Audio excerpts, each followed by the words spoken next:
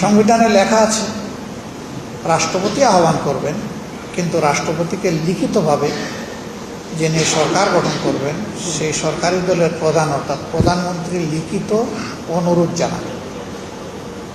তার প্রেক্ষিতেই দুইটা অধিবেশনই অনুষ্ঠিত, একটা হয়েছে আর একটা হয় নাই।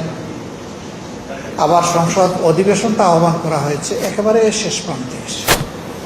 ফেব্রুয়ারির 12 তারিখ ইলেকশন হয়েছে, 30 কর্মদিবস শেষ হয়ে যায় 15 তারিখ। সংসদ অধিবেশন আহ্বান করা হয়েছে 12 তারিখ। ফলে আমরা এই কথাটা এর আগে বলারও সুযোগ পাই।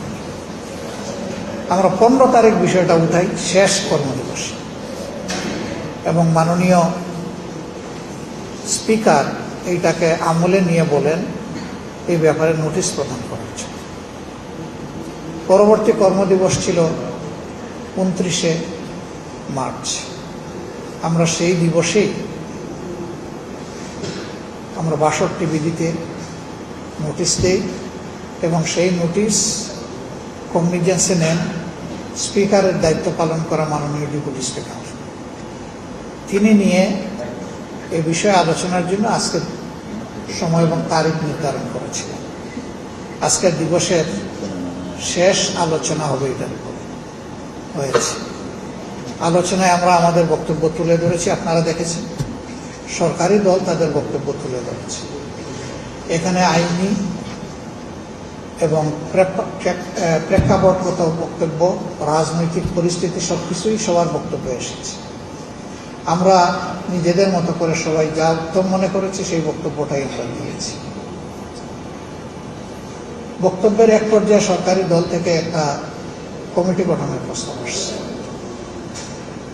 এটা আসলে আমাকে যখন বক্তব্য দ্বিতীয়বারের মতো দেওয়ার সুযোগ দেওয়া হয়, তখন আমরা বলেছি যে আমরা তো এখানে সংকট নিরসন করতে এসেছি, সংকট তৈরি করতে এসেছি, অতএব আমরা সমস্যার সমাধান চাই। এখন কিন্তু বিষয়টা একটা সমস্যার মধ্যে ঢুকে গেছে। তাহলে যে প্রস্তাবটা দেওয়া হয়েছে, আমরা বলেছি এখানে সংস্কার পরিষদ এবং পরিষদের সভা আহ্বান সংক্রান্ত এই নোটিশ। যদি এই বিষয়কে কেন্দ্র করে কোনো সংস্কার বিষয়ক কমিটি গঠন করা হয়, তাহলে আমরা এটা ইতিবাচকভাবে গ্রহণ করার সুযোগ আছে। তবে শর্ত হচ্ছে সেখানে উভয় পক্ষ থেকে সমান সংখ্যক সদস্য থাকবে।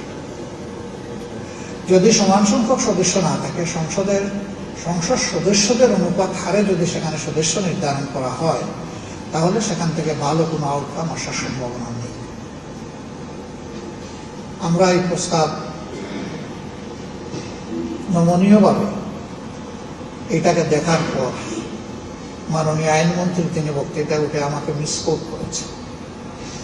বলেছেন যে এই প্রস্তাব ওনারা যেভাবে সংবিধান সংশোধনের জন্য দিয়েছেন আমরা সেটা গ্রহণ করছি। আসলে আমরা সংবিধান সংশোধন সংক্রান্ত কোনো প্রস্তাবে আমরা মতামত দেই। আমরা বলেছি বিষয়টা সংবিধান সংস্কার।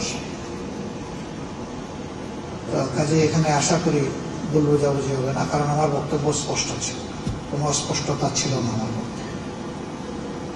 পরে আমরা এই বিষয়টা ক্লারিফাই করতে চাইলাম তখন আলোচনার কর্মঘণ্টা শেষ। মাননীয় স্পিকার এই ব্যাপারে বললেন যে আজকের আলোচনা এখানে সমাপ্ত হলো। আমি যখন বললাম যে আমাদের তো কৈফিয়ত আছে, সুযোগ দেওয়া হবে, উনি বললেন যে কালকে এটা আমরা সুযোগ দেব। তো এইভাবে বিষয়টা আপাতত এসে দাঁড়িয়েছে। আমরা কালকে এই বিষয়ে আরো যদি কথা বলার সুযোগ পাই আপনারা জানবেন, দেখবেন। আপনাদেরও সহযোগিতা চাই। আমরা এই সংসদে এসে মুখামুখি অবস্থানে থেকে সংসদকে উত্তপ্ত করে আমরা কোনো সংকট সৃষ্টি করার উদ্দেশ্যে আসি। আমরা প্রথম দিনই বলেছি আমাদের ভূমিকা হবে গঠনমূলক, দেশের স্বার্থে, জাতির স্বার্থে। যে জায়গায় সরকারি দল ভালো উদ্যোগ নেবে আমরা সমর্থন দিব, সহযোগিতা দেব প্রয়োজনে। কিন্তু যদি দেশের মানুষের অধিকার পূর্ণ হয়, স্বার্থ বিনষ্ট হয়, তাহলে আমরা সেখানে কিন্তু প্রতিবাদ করব, বাধা দেব, প্রয়োজনে